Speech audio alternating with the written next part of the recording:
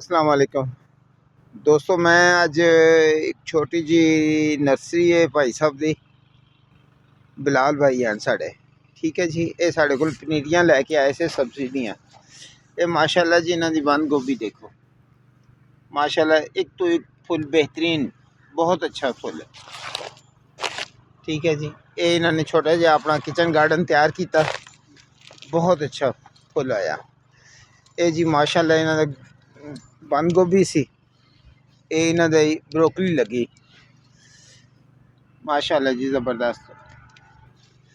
ए broccoli दे full आए जी, ये one माशाल्लाह जी। ब्रोकली दे नाल ये फुल गोभी है, फुल गोभी वाले ज़रा छोटी है, मेरे ख्याल पानी की कमी की वजह नाल।